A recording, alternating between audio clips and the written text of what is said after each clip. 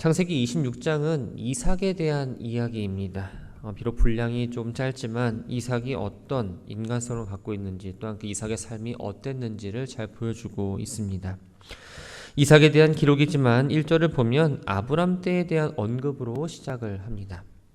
아브람 때에 첫 흉년이 들었더니 그 땅에 또 흉년이 들매 이삭이 그랄로 가서 블레셋 왕 아비멜렉에게 이르렀다. 아브람 때에 첫 흉년이 들었다라는 건 역사상 아브람 때에 처음으로 흉년이 찾아왔다, 혹은 아브람이 살면서 첫 번째로 맞은 흉년을 의미하는 게 아닙니다.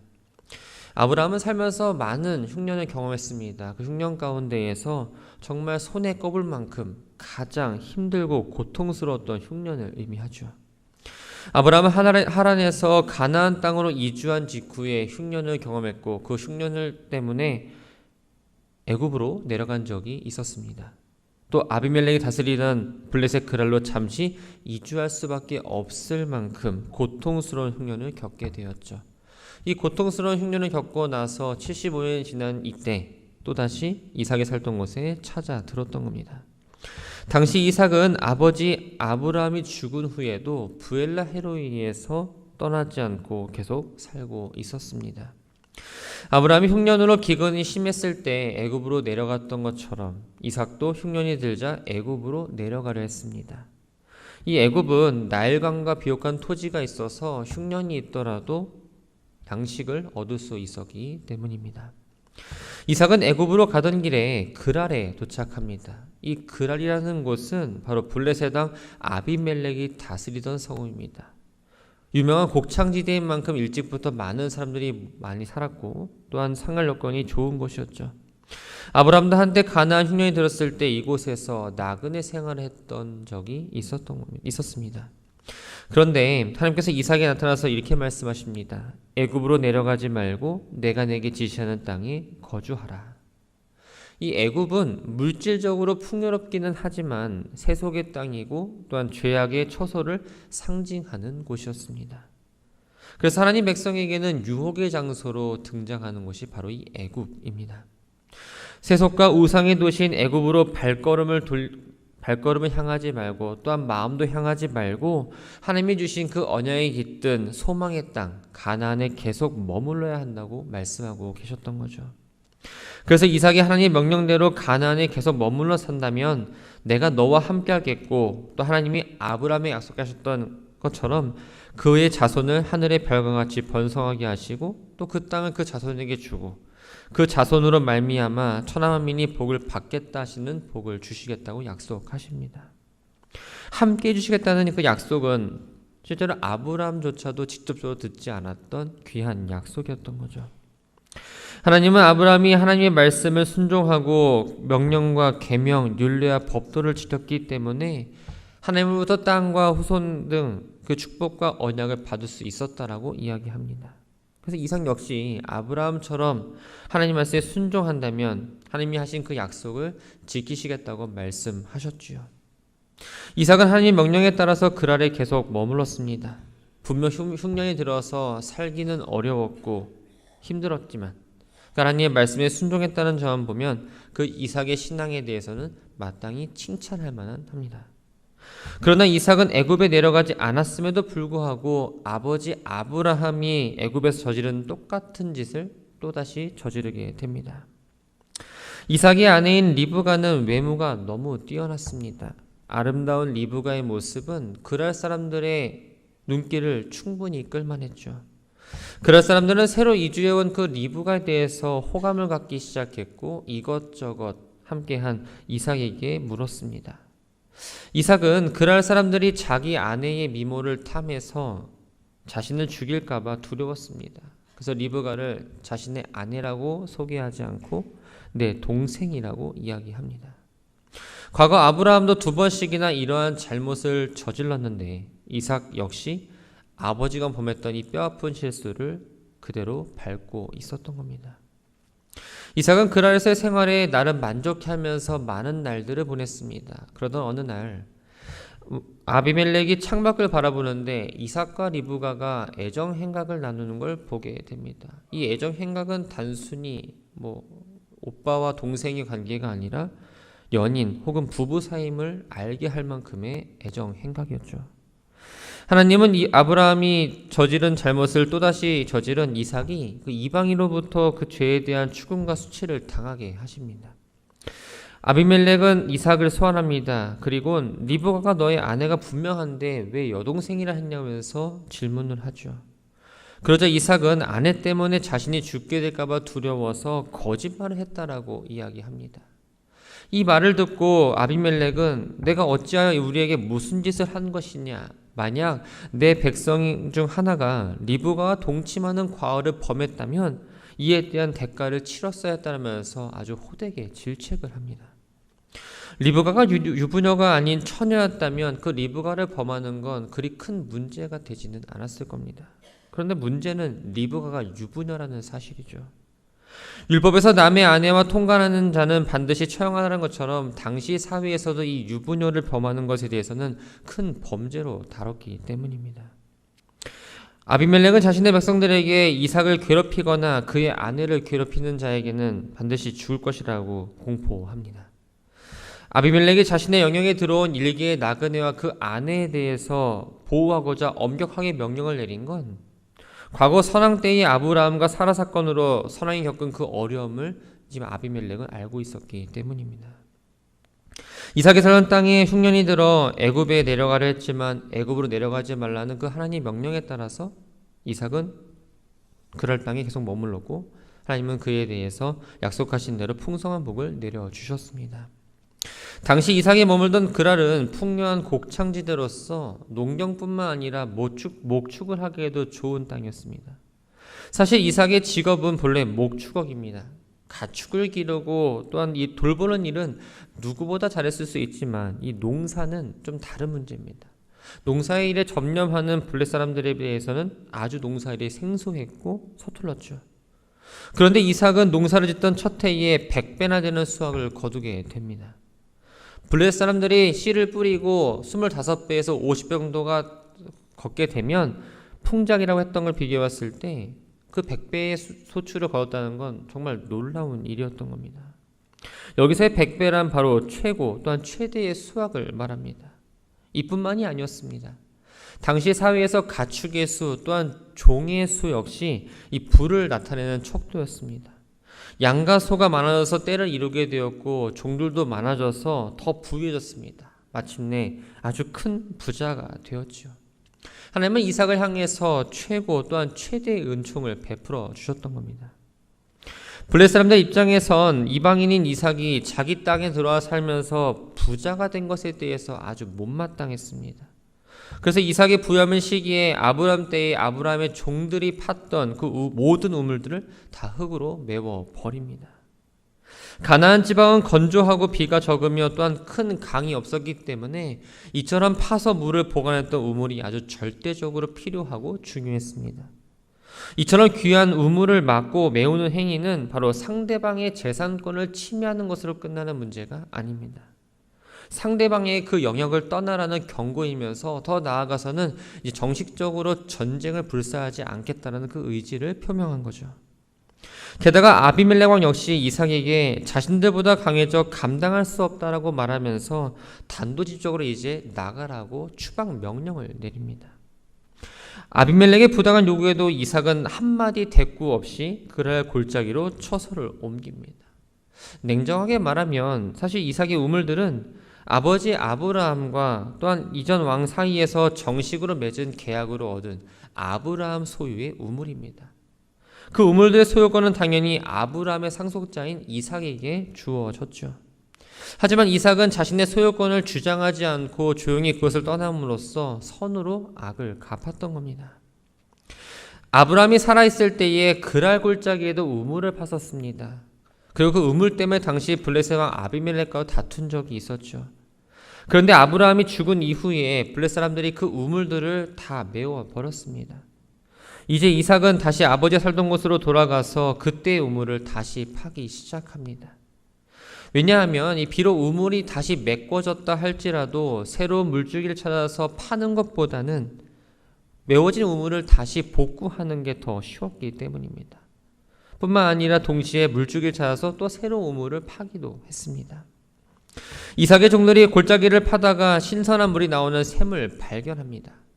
그러자 그랄 목자들이 그 샘의 소유권을 주장하면서 그 우물을 빼앗기 위해 폭력을 행사하기도 합니다. 그래서 이삭은 그 우물의 이름을 다툼이라는 뜻의 에색이라고 지었습니다. 여기서 다툼은 그냥 단순히 상대방과 다투는 주먹 다짐이 아니라 억울하게 강탈당하는 걸 의미합니다. 이처럼 이삭은 이방 땅에서 고통당하고 억울함이 컸지만 눈은 눈으로 또 이는 이로라는 모습으로 상대한 것이 아니라 양보와 인내를 통해서 화평의 길을 끝까지 걸어갑니다. 이삭은 종들에게 다른 곳으로 옮겨 또 다른 우물을 파괴했습니다. 이번에도 그랄 목자들이 또 시비를 겁니다. 좀 강도가 심해져서 이제는 그 우물의 이름을 원수 또 대적을 의미하는 신나라고 지었습니다. 이삭은 이제 멀찍이 떠나서 그랄 목자들이 자기 영토라고 주장할 수 없는 곳에까지 이르러 갑니다. 이제는 아무도 시비를 걸지 않자 이삭은 하나님께서 자신들을 위해 넉넉한 공간을 마련해 주셨으니 이곳에서 번성할 거라고 말하면서 그 우물의 이름을 르호봇이라고 졌습니다. 이삭은 르호봇에서 브엘세바로 올라갑니다. 이 브엘세바는 이스라엘 영토 가운데 가장 남쪽에 위치한 곳으로서 과거 아브라함이 아비멜렉과 언약을 맺고 죽을 때까지 머물렀던 곳이죠. 브엘세바로 간 그날 밤 하나님께서는 기다렸다는 듯이 이삭에게 나타나셨습니다. 당시 이삭은 우물로 인해서 분쟁을 겪었고 또한 잦은 이주로 인해서 몸과 마음이 매우 지쳐있던 상태입니다.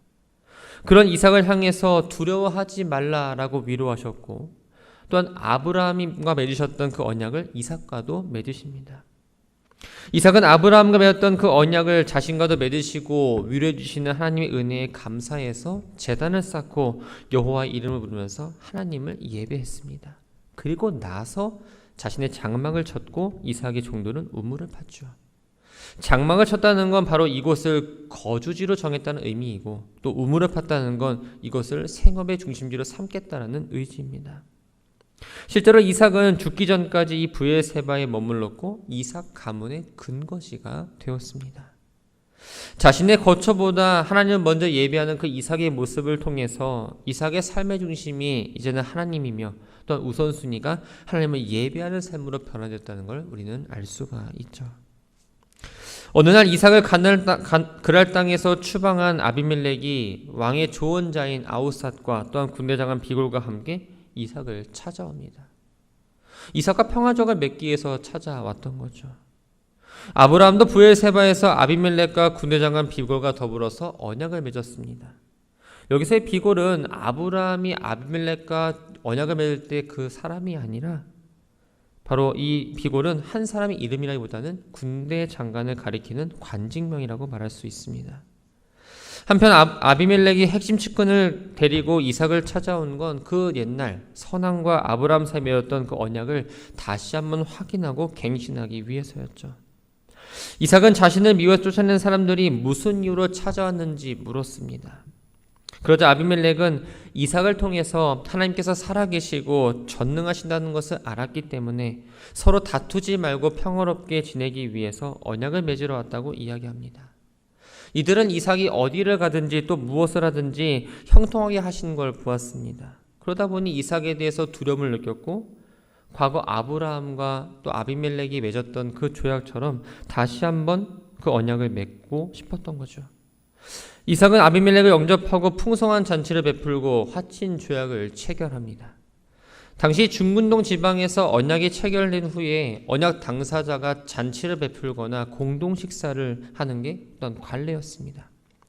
이 식사를 통해서 양자는 더 이상 적대자가 아니라 친밀한 우정을 나누고 서로 돕는 동맹 관계가 되었다는 걸 확인하는 시간이었던 거죠. 이삭과 아비멜렉이 화친 조약을 맺은 그날 이삭의 종들이 판 우물에서 물을 얻었다는 기쁜 소식을 전하게 됩니다. 이삭은 그곳을 맹세를 뜻하는 세바라고 지었습니다. 원래 이 브엘세바라는 이름은 이미 아브라함이 팠던 우물로 그 지역에 대해서 붙여진 이름이었는데 이삭이 이 우물결에 정착해서 살면서 후에 성읍의 이름으로 확대됩니다. 34절과 35절을 보면 이삭의 아들 에서가 이방인 아내를 맞은 사실을 기록하고 있습니다. 에서는 아버지 이삭과 같이 40에 결혼을 하게 됩니다. 두 아내를 얻었는데 두 아내 모두 헷 족속 출신이었습니다. 여기서 헷 족속은 바로 가나안에 거주하는 족속을 말합니다. 창세기 24장 3절을 보면 아브라함은 가나안 족속의 딸 중에서 아내를 택하지 말아라고 이야기했습니다. 장자의 명분을 가볍게 여겨 팥죽 한 그릇에 장자권을 팔아넘긴 에서는 이 결혼까지도 가볍게 여겼던 거죠. 하나님에 대한 신앙을 무시한 채 당시 온갖 우상으로 오염된 가나안 족속들의 여인들과 결혼함으로써 타락의 길을 스스로 재촉했습니다. 본문에 나오는 두 아내 외에도 이후에는 이스마엘 딸 마할랏과 결혼을 하기도 합니다. 가나안식 풍습에 젖은 이 에서의 아내들은 생활은 물론 그 가치관과 신앙관 역시 완전히 세상의 기초에 있었습니다. 또 가나안 사람들은 기질상 늘 부모에게 불순종하거나 대항하는 성질을 갖고 있었죠. 이로 인해서 에서의 부모인 바로 이삭과 리브가는 마음의 근심을 갖고 살아갈 수밖에 없었습니다. 말씀을 정리합니다. 블레셋 족속으로부터 시기를 받아서 그랄 땅에서 추방된 이삭은 그랄 골짜기로 옮겨서 이렇게 삶을 이어갔습니다. 거기서 다시 우물을 팠죠.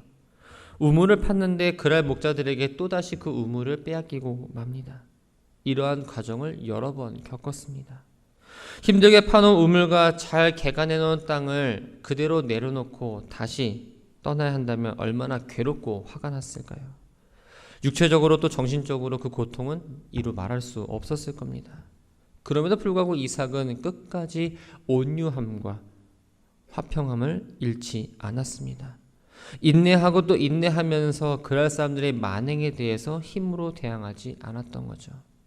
그렇다고 이삭이 힘이 없던 것도 아니었습니다. 그랄 왕이 이삭에게 내가 우리보다 강하다라고 말하면서 떠난 걸 보면 이삭의 힘은 결코 적지 않았던 거죠. 그럼에도 불구하고 이삭은 원수 갚는 일을 오직 하나님께 맡기고 끝까지 인내하며 온유함을 이어나갔습니다. 그 결과 넓은 땅을 차지하는 것은 물론 하나님으로부터 놀라운 축복의 약속까지 받기 합니다. 이렇게 하나님은 환난을 당하고 어려움 가운데 있더라도 끝까지 하나님을 의지하고 인내하며 또 온유함으로 화평을 추구하는 자에게 놀라운 은혜와 축복을 주십니다. 마태복음 5장 5절과 9절을 보면 예수님께서 이렇게 말씀하셨습니다. 온유한 자가 땅을 기업으로 받으며 화평케 하는 자가 하나님의 아들이라 일컬음을 받는다. 우리가 외부로부터 어떠한 어려움을 당하거나 문제가 발생하게 되면 먼저 거칠게 반응하고 내가 갖고 있는 어떠한 모든 것들을 가지고 그 문제를 해결하려 합니다. 눈에는 눈, 이에는 이, 즉 내가 해를 입은 만큼 상대방도 해를 가야야 속이 시원하다는 마음을 갖고 일을 하죠. 하지만 이러한 모습은 하나님이 원하시는 모습이 아닙니다. 하나님이 우리에게 원하시는 모습은 바로 성령의 열매를 맺고 살아가는 걸 원하십니다. 온유함과 화평함을 추구하는 삶이 좀 외적으로 보면 소극적 보이고 또 나아가서는 좀 무기력해 보일 수도 있습니다. 그러나 이러한 사람들은 결코 무기력하거나 소극적이지 않습니다. 상대방에 대한 미움과 복수심에서 벗어나고 하나님께 모든 걸 맡기고 그 마음 가운데에 하나님에 대한 신뢰가 있기 때문에 어떠한 상황과 환경이 주어져도 결코 요동하지 않는다는 거죠. 우리는 새로운 날을 선물로 받았습니다. 오늘도 역시 많은 일들을 겪게 될 것이고 많은 사람들을 만나게 됩니다. 뜻하지 않은 일로 인해서 육적으로 또 마음적으로 어려운 일이 생길 수도 있습니다. 내 감정과 내 경험, 내 생각을 바탕으로 사람들을 상대하고 일을 감당하기보다는 온유함과 화평함으로 사람들을 대하고 또 상황을 맞이하시기 바랍니다. 온유함과 화평함, 나를 지킬 수 있는 힘입니다. 화를 내지 마시고 화를 내기보다 그 전에 온유함으로 선으로 악을 이기면서 오늘 한날을 살아내는 우리 모두가 되기를 주님의 이름으로 축원합니다.